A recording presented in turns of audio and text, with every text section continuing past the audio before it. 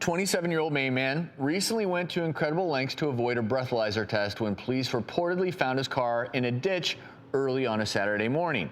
So police tried to administer the test, the breathalyzer that is, to see if he'd been drinking. The man didn't want this to happen, so he proceeded to punch himself 3 times in the face. So at this point, he's bloodied up.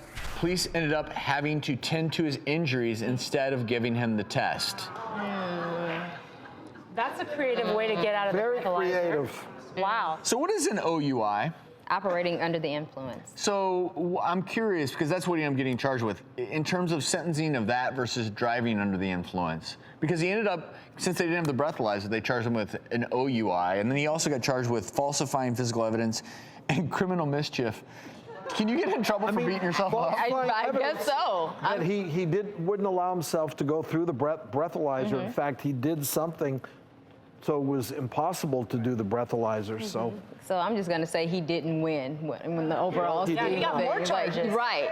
Overall. Okay, so as the judge of this court, I mean, these are both terrible scenarios, and we're having a good laugh. not funny. And I just want I will say that when you're going to go to the lengths of ordering a burrito at a bank teller or punching yourself in the face to try to avoid a breathalyzer, you should not be behind the wheel. Yeah. Right. And these stories, they're so ridiculous, and the only reason they're ridiculous and we can laugh is because nothing really bad happened, except for the guy who punched himself.